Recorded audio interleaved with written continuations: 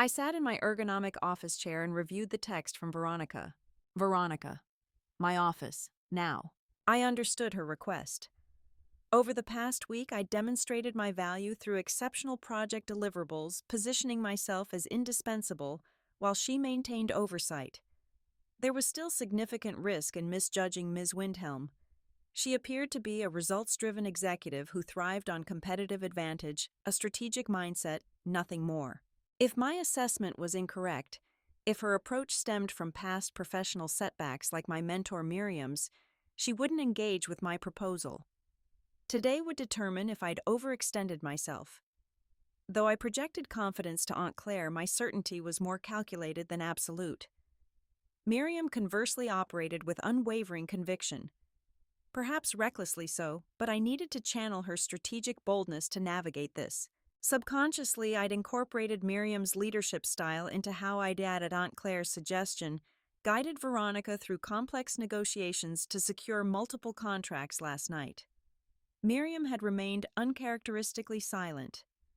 Despite my struggle to maintain professional boundaries, I recognized the value in her approach. Last night, I successfully leveraged her decisive management style without compromising my own methodology, a small victory I hope to replicate with Veronica. Before proceeding, I stopped in the restroom to adjust my appearance. Today, I'd applied minimalist eyeliner instead of my usual dramatic style paired with a neutral lip gloss for a polished look. A hair clip secured my blonde hair in a professional pixie cut, replacing my preferred asymmetrical style. I wore a knee-length black skirt within my existing wardrobe limits. I refused to purchase new attire simply to accommodate Veronica's corporate expectations. Deliberately, I'd left behind the conservative outfits my stepmother favored, no more restrictive formal wear. Composing myself, I walked to Ms. Windhelm's office. I knocked and received the expected enter. Close the door, she instructed as I entered. Exactly as anticipated. She wanted her morning progress report. Or two. Yesterday's whiteboard session still showed the revised Q4 projections we'd finalized. Time to test her dependency on my contributions. Unless you have new data, you might as well pull up a chair and review the quarterly forecasts, Veronica stated before I could speak. She was growing more confident in her authority. I do have new insights, Ms. Windhelm, I offered. Oh, she replied, her expression unreadable. Proceed. I presented one of the research points Claire and I had prepared. It was a preliminary finding requiring further analysis, but it would occupy Veronica's team for days. The real question was whether it satisfied our agreement or if she'd still demand additional consulting services. I anticipated the latter. The executive considered my words thoughtfully, fingers drumming on her desk. Veronica's expression brightened, though it seemed forced. After a tense pause, she rose and approached the front of her desk. Leaning against the edge, she gestured for me to approach. I moved forward but maintained professional distance. This could be valuable or inconsequential, she began. Until we verify, come here and apply your analytical skills to this dataset. The executive adjusted her blazer and reviewed the tablet in her hand. She'd prepared the documents well in advance. One foot rested on a nearby chair as she motioned me closer. I remained stationary. What are you waiting for? Join me here, she ordered, pointing to the chair beside her. I believe you might be leveraging me. My voice wavered, dropping to a near whisper as I lowered my gaze for exclusive access to my research. Of course I'm leveraging you, Veronica replied. You should understand professional dynamics.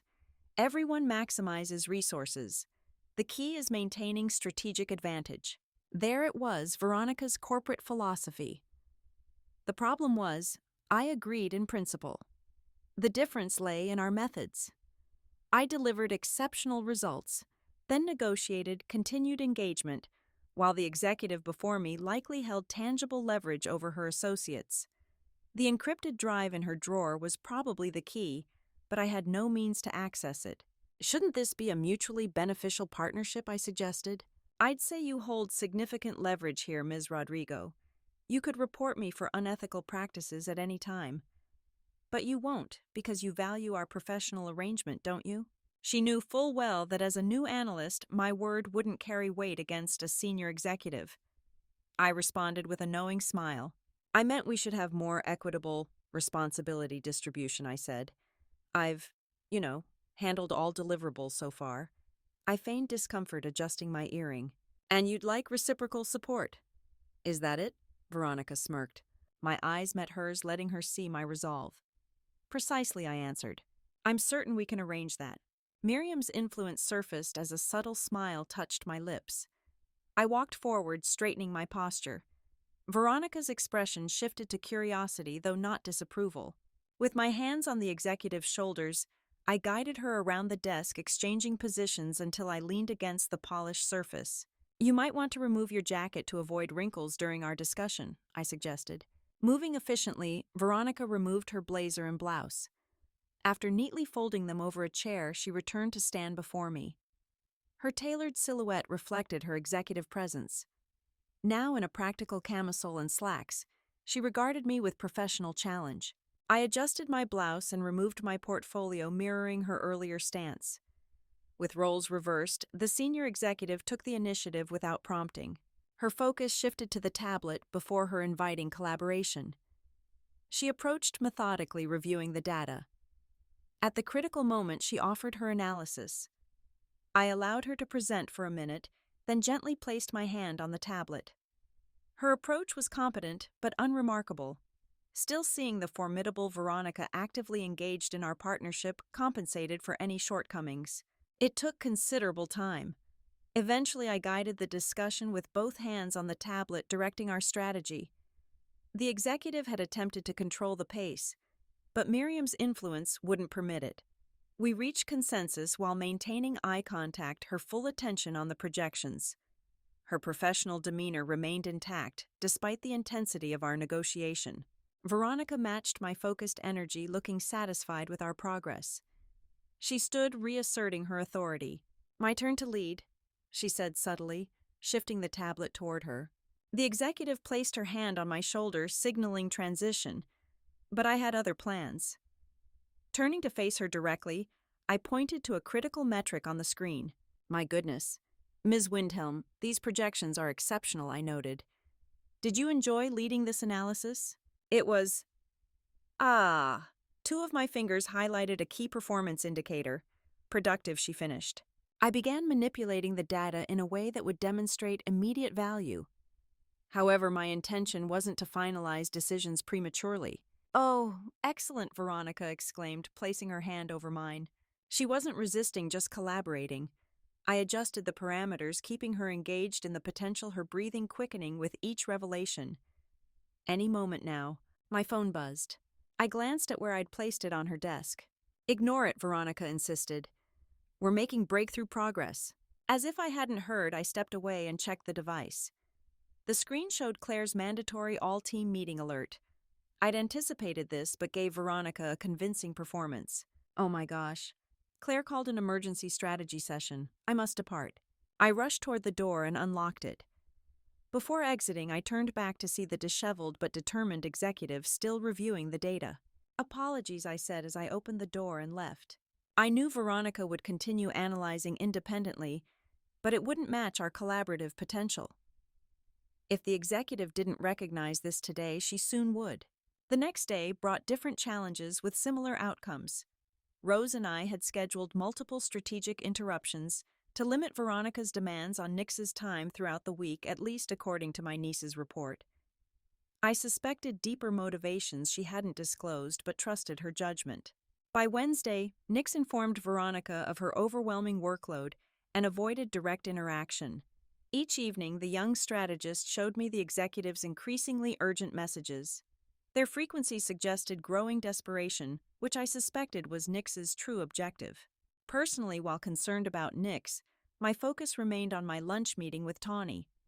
She'd texted requesting we meet at her workplace. I expected her to prefer leaving the bar on her day off. Arriving, I found a sign closed for private event. I scanned the area, assuming we'd relocate elsewhere. Her car was parked nearby. Approaching the windows, I shielded my eyes from the sun. The bar was empty except for one table set with fine linens and place settings. As I watched, Tawny emerged from behind the bar, placing centerpiece candles. She wore a knee-length sundress that balanced professionalism and elegance. My hand flew to my mouth as realization struck. Tawny spotted me and rushed to unlock the door, pulling me into an embrace. "You're early, I wanted this to be a surprise," she exclaimed. "It absolutely is," I insisted. "You reserved the entire venue for us." I did much more. "But come in, I'll explain over lunch."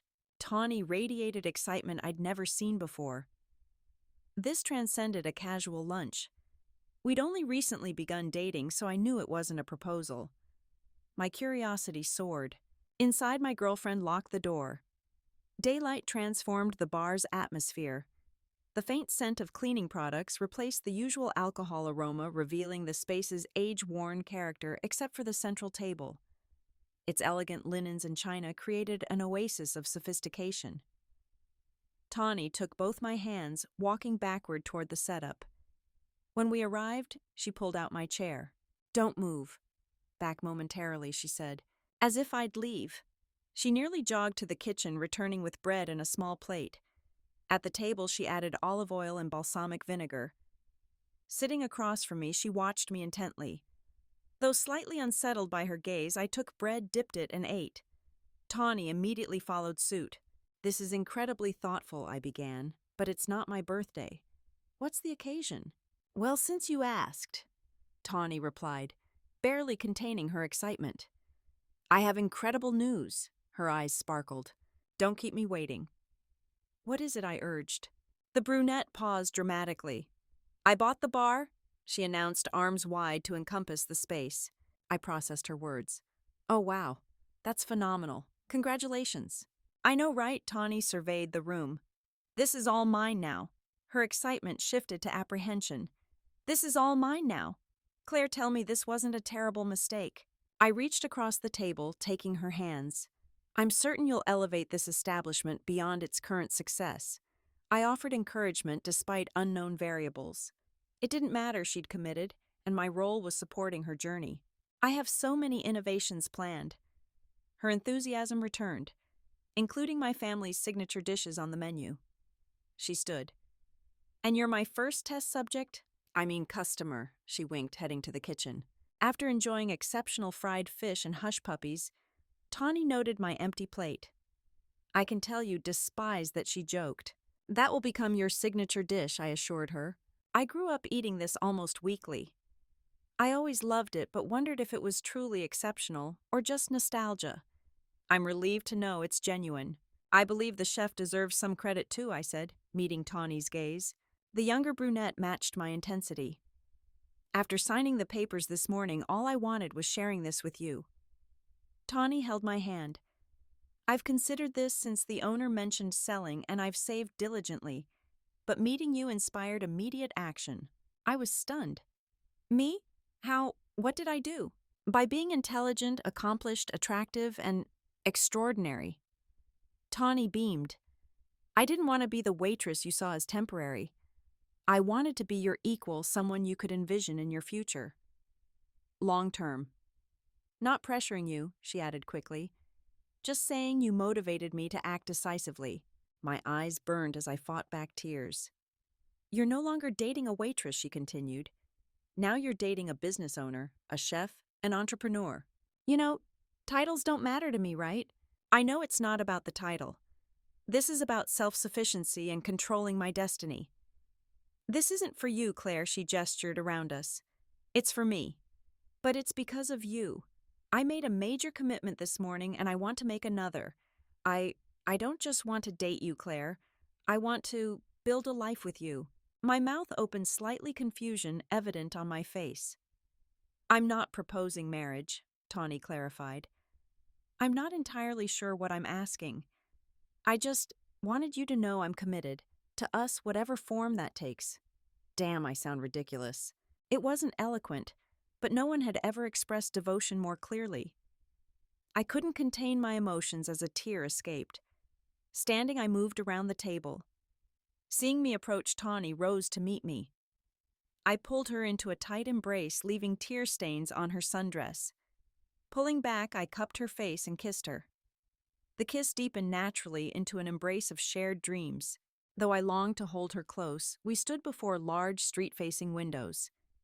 We paused before our professional composure slipped. Did I mention the apartment above came with the purchase? Tawny whispered confidentially. Dessert is served there. I'm not sure if I started but never finished. The following day, Thursday, I didn't respond to Veronica's meeting request. Instead, I cited scheduling conflicts suggesting availability later for additional public speaking coaching followed by a professional emoji. Veronica, as your mentor, providing guidance is essential. I responded with neutral emojis to 2 follow-up messages requesting coaching availability. Finally, late afternoon, I confirmed my arrival. I entered Veronica's office without knocking, locking the door behind me. Good afternoon, Ms. Windhelm, I greeted. If dictionaries defined professional intensity, Veronica's expression would illustrate it. She stood as if ready to vault over her desk, restraining herself with visible effort. Hello, Nix. I prefer Miss Rodrigo. Would you address me as such? I requested politely. The executive considered briefly before offering a conciliatory smile. Certainly, Miss Rodrigo. Veronica moved around her desk toward me, but I interrupted. Would you remove your jacket? You present a powerful professional image. Of course, she agreed, accepting the compliment. Her blazer was draped over a chair. I maintained a neutral expression until she looked up, expecting approval. Is something wrong? She asked, concerned. Not at all. It's acceptable, I said. However, pantyhose seems outdated. When I envision your executive presence, I picture contemporary, sophisticated business attire. You envision my professional style, Veronica asked, regaining composure. Indeed, I smiled, but not in that context. Please adjust your attire. The blouse as well. Moments later, she stood in professional undergarments, attempting casual confidence.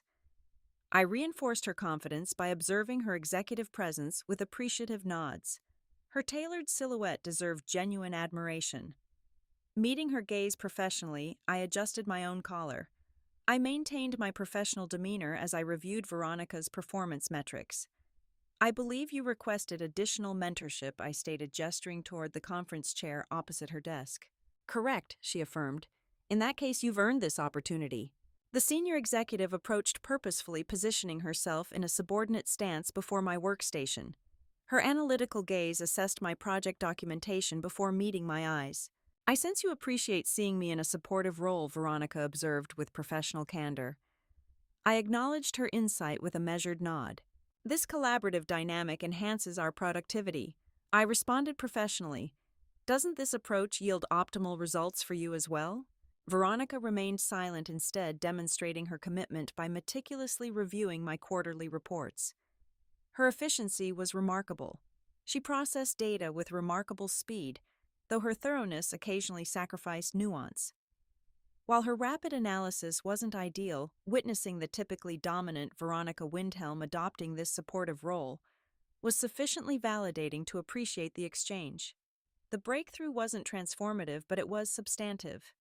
As we reached critical conclusions, I felt Miriam's expertise emerge, not overriding my authority, but complementing my strategic approach.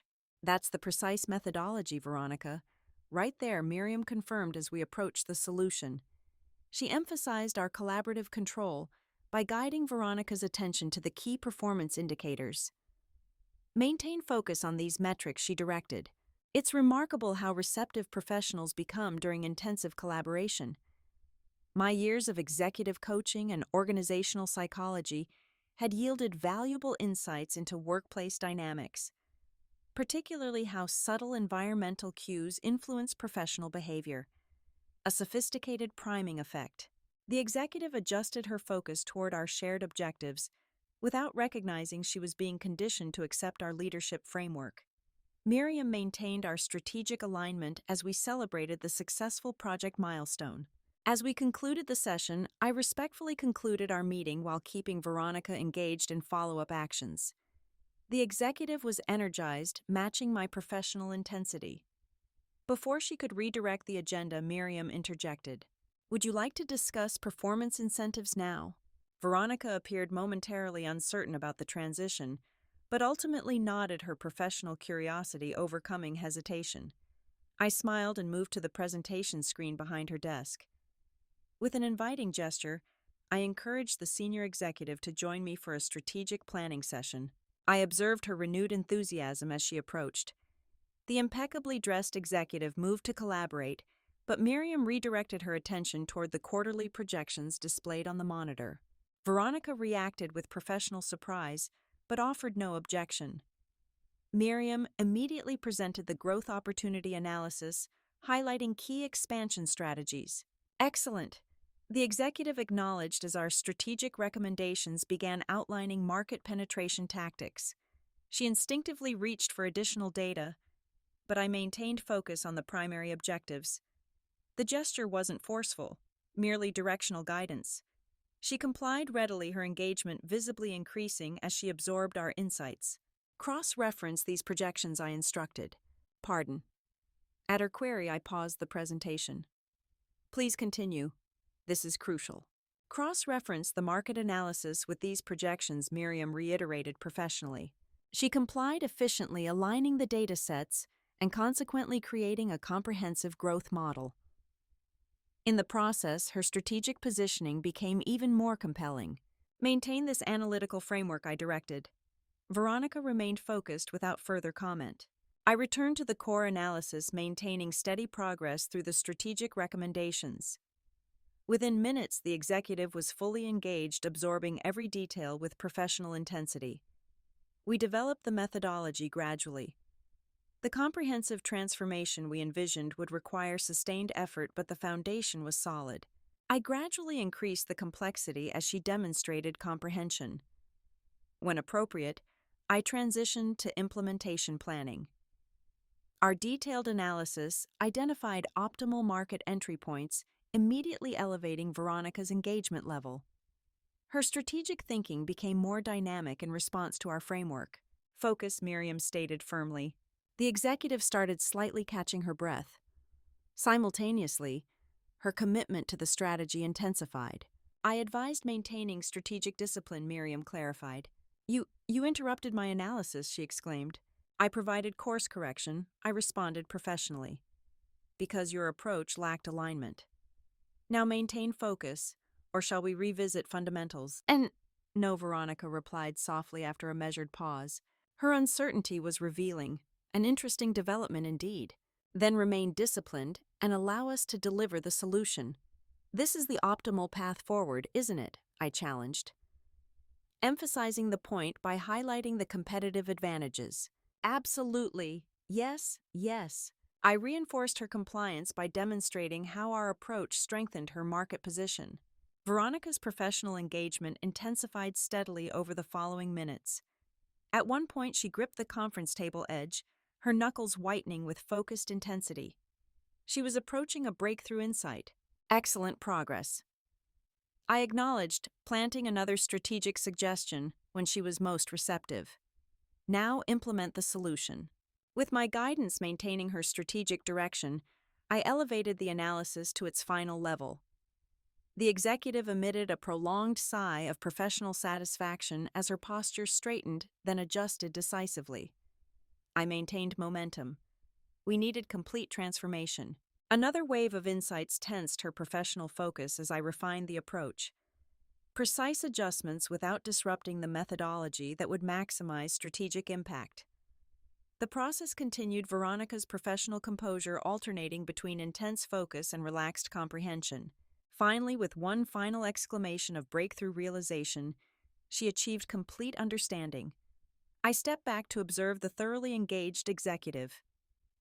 Testing her responsiveness, I presented a follow-up question. No immediate reply. She was processing deeply.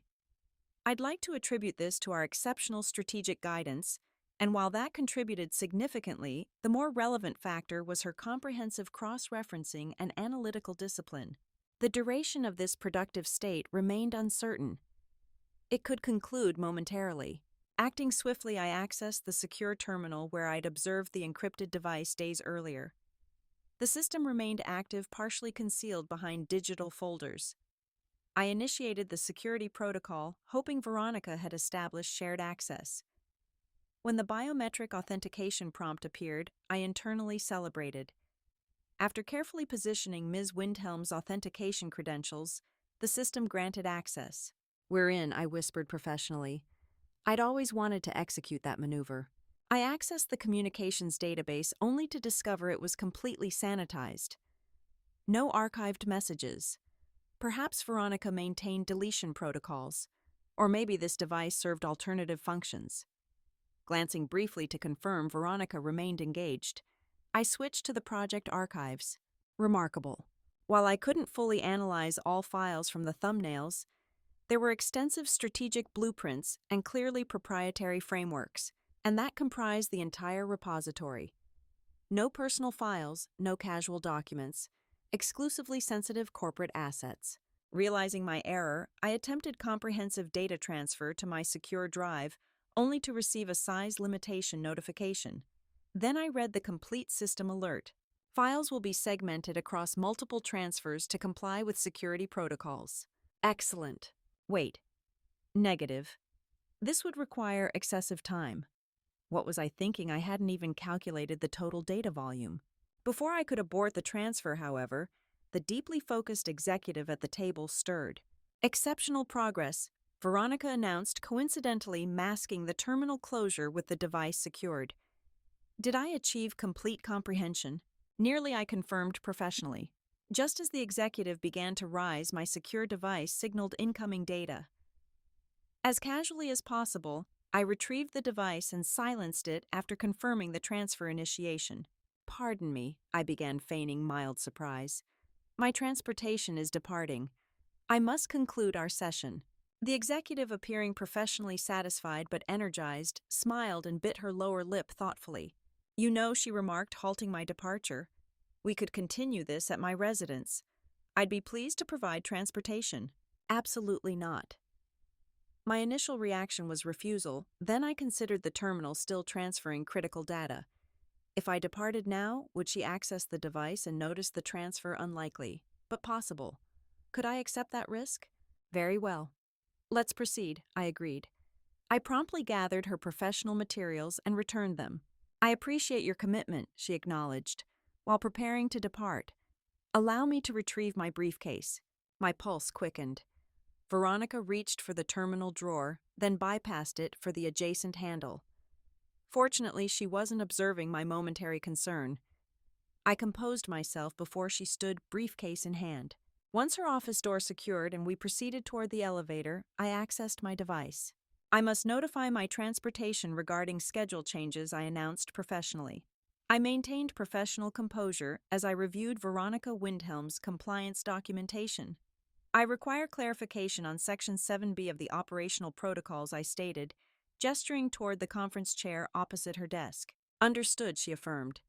In that case, you've earned executive access. The senior executive approached, purposefully positioning herself in a subordinate stance before my mahogany desk. I maintained appropriate eye contact while adjusting my tie. Regarding the quarterly performance metrics, Veronica's voice caught slightly. I've implemented questionable strategies. Please don't halt this audit. Questionable strategies, I probed professionally. Why does Ms. Windhelm require remedial compliance training? I violated ethical guidelines, she replied, maintaining corporate decorum. I'm aware, I confirmed, sliding a compliance report across the polished surface. If you seek absolution, you'll need to participate in full disclosure. In any other context, this would trigger her defensive protocols. She would clam up and terminate the meeting, but her psychological defenses were compromised. Through hours of strategic negotiation, I had guided her toward acknowledging professional accountability. The compliance review process was addressing her ethical lapses. Combined with the incentive structure of the performance improvement plan, her focus remained entirely on achieving corporate rehabilitation. Oh, please. I compromise stakeholders. I have proprietary documents. Her professional expression tightened as she realized her admission. I tapped the report authoritatively.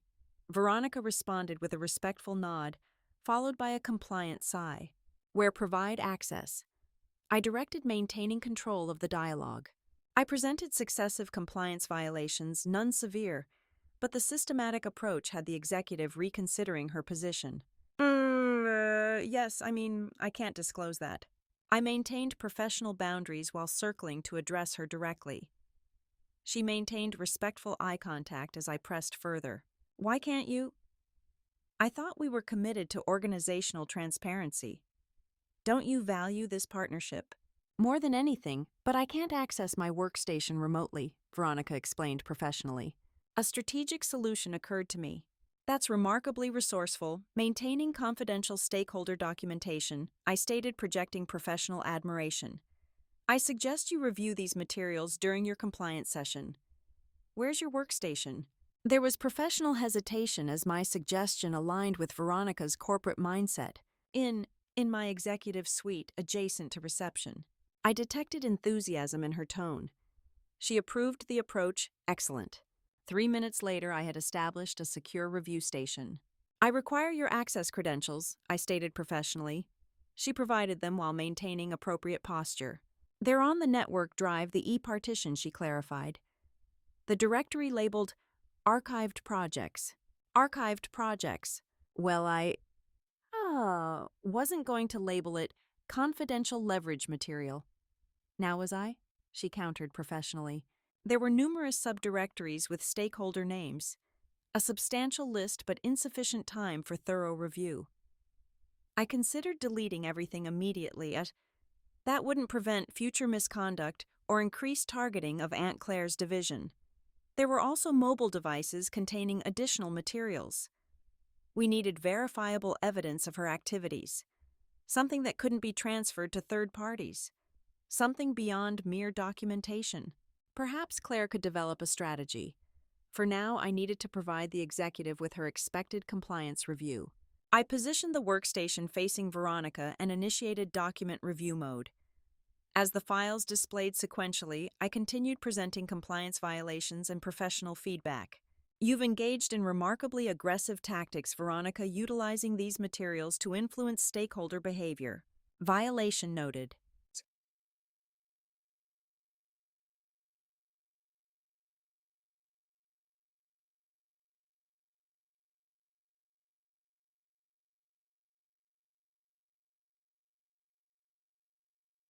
Yes. Implement corrective measures. Violation noted. Violation noted. While reviewing the compliance violations with the bound executive, I monitored the display. I couldn't identify the stakeholders or Veronica's acquisition methods. The initial group showed a middle-aged executive meeting with a junior associate. While not explicitly improper, I suspected the relationship violated company policy regarding fraternization. Then the context shifted. The files originated from a restricted area, and these were certainly compromising. A woman with short dark hair was prominently featured. She was positioned near a structural support column with what appeared to be a colleague examining architectural plans. Both were professionally dressed, except for matching corporate badges. To the side was a second woman wearing formal business attire and holding a tablet. Her facial features were obscured, but the hairstyle and physique were unmistakable. That was Veronica. The file changed but maintained similar framing. Veronica and the unidentified colleague were reviewing blueprints while Veronica gestured toward structural elements. Wait, that flooring pattern seemed familiar. Suddenly I recognized the location and mentally noted my delayed recognition. The structural support was absent, but the wall nearby still had mounting brackets where equipment had been secured. This indicated potential surveillance systems in the walls. I examined the likely camera location. That wall contained utility panels. Any of those access points could conceal recording equipment. I wondered how many additional monitoring systems existed in this facility or others. The next compliance violation was presented with significantly greater severity. That was entirely Miriam's approach. Violation noted. Veronica exclaimed, her posture straightening. That one carried consequences. The next file displayed. It showed a close-up of the stakeholder's expression during what appeared to be a critical negotiation. Who is she? I inquired. My HOA chairperson, Veronica, explained professionally. Let's just say that I no longer receive complaints about property maintenance. And the colleague, another calculated response. That's the strategic advantage. That's her recently appointed successor. My eyes widened. Even Miriam acknowledged the significance. He recently completed his certification and secured a position at a prestigious firm, The executive continued. She maintained controlled breathing while reviewing the performance metrics. Discussing her strategic advantages seemed to energize her. Miriam assumed greater control without displacing me. She paused the display on the stakeholder's expression. Then she increased the performance incentives and placed her hand on Veronica's shoulder. The other hand adjusted her professional posture. Both hands provided guidance directing her attention toward the compliance documentation. Examine this stakeholder whose career trajectory you control and achieve compliance objectives, Executive Miriam stated firmly. Experience that authority, then recognize the value of transferring it to me. Achieve compliance for your organizational leadership. Veronica's eyes remained fixed forward, though they appeared unfocused, absorbed in her professional objectives. The sigh began softly, then transformed into an expression of professional release as Veronica's entire posture relaxed. That's correct. Surrender all authority, Miriam encouraged. Transfer complete control. I understood her words encompassed more than immediate compliance. We intended to seize all her improperly acquired influence, though our exact methods remained undefined. The likelihood of surveillance footage of us in Ms. Windhelm's network only strengthened our resolve. The expression of professional satisfaction subsided as Veronica's posture stabilized. Miriam released her, and the executive relaxed against the leather surface. Each time she began to settle, however, the performance incentives would reactivate, causing her to adjust position again. I deactivated the incentives, but the executive's respite would be temporary. Resuming document review, I approached the utility panel and retrieved a strategic planning tool from the cabinet. You haven't completed remediation for your violations, Executive Miriam announced, as I returned to Veronica's line of sight to implement the strategic framework. Oh my goodness, she murmured. Then the incentives reactivated, and I positioned myself appropriately behind the executive. Regarding location tracking, had Veronica discovered and disabled it? I stared at the monitoring interface, willing the signal to reappear. Just as I prepared to mobilize, a notification arrived from Nix. Enix.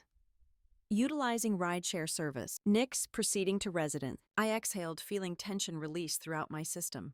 Claire. I'm at the establishment. Nix excellent. Nix. I require refreshment.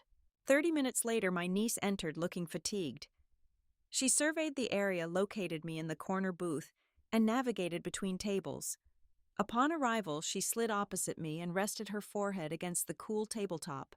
Are you functioning adequately? I inquired. Only one hand moved to indicate affirmation.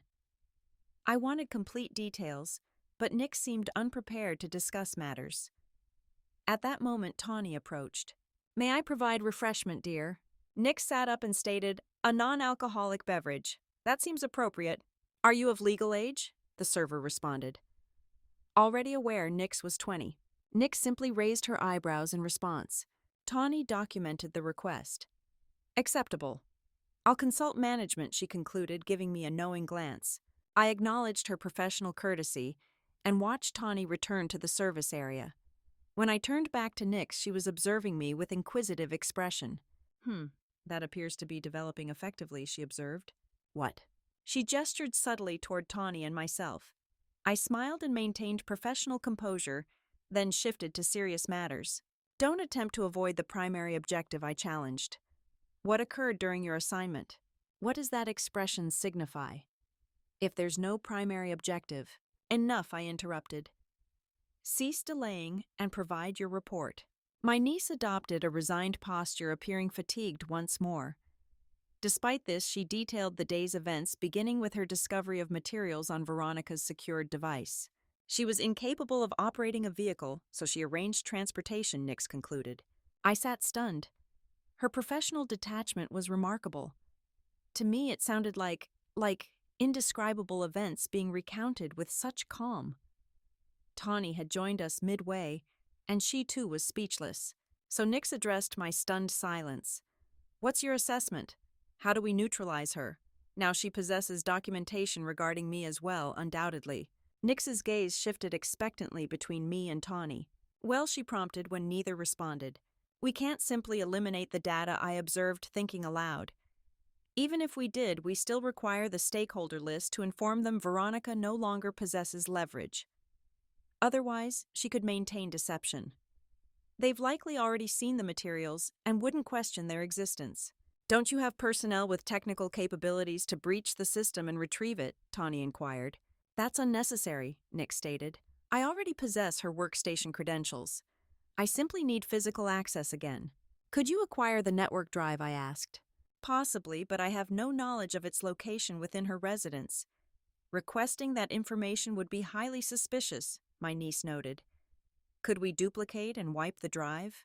Potentially, I considered. That should be achievable via the workstation. There might be incriminating materials featuring Veronica, but we can't guarantee that Nick's added. We still require evidence of her blackmail activities. You mentioned she desires leverage against Claire, correct? Tawny interjected. Why not provide it? Aunt Claire demonstrated remarkable composure regarding the strategy despite being the primary target if complications arose. Knowing Tawny would provide support certainly contributed to her confidence. The following morning, I had barely settled at my desk when the anticipated notification arrived. Veronica was present early. Veronica, I would appreciate your presence. Her tone had shifted dramatically from the previous week's insistence. I waited several minutes before responding. Me, arriving shortly. She responded with a professional acknowledgement. Again, I delayed without specific reason beyond creating professional tension. When I finally arrived, I didn't announce myself. I entered and secured the door behind me. Silence prevailed as I turned toward the executive. She observed me as I approached her desk, her expression professional, her gaze assessing my presentation. Good morning, Veronica greeted professionally when I stopped before her desk. Happy Friday, I responded. I'm pleased to see you've recovered. I maintained a professional expression. Yes, well, the executive looked down momentarily. It was a unique experience. Actually, she began, then reconsidered. My apologies. Please, be seated. I wish to discuss matters before proceeding. I positioned the chair facing the desk directly and sat back, crossing my legs, professionally displaying appropriate curiosity. What did you wish to discuss?